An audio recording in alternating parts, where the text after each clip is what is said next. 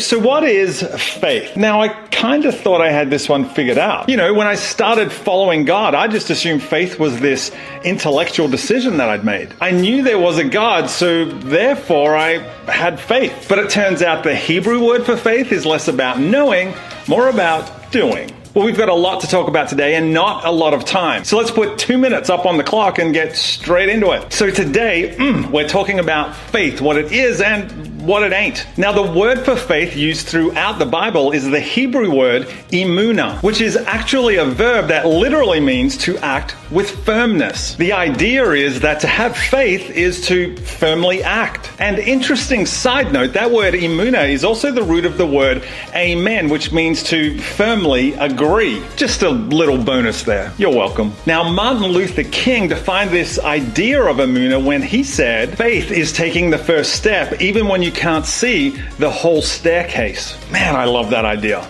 You see, it's one thing to intellectually know the stairs go up to the next level, but it's not until you climb the stairs that you actually experience the next level. You can't just believe in the stairs. You can't just know that the stairs are there.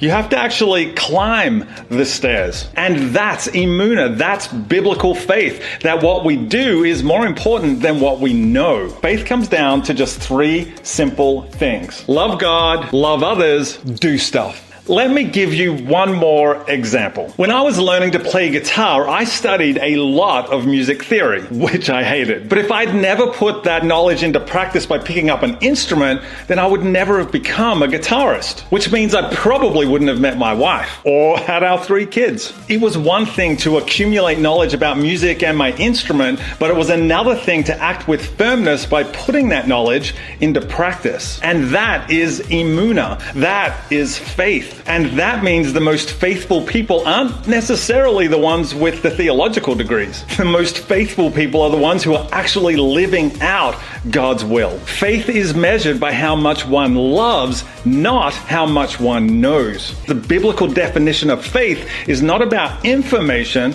it's about transformation. Now, could you imagine what the world would be like if Christians stopped trying to share their faith with words and with arguments and instead shared their faith by how well they love the people around them? Man, that would be awesome. Am I right?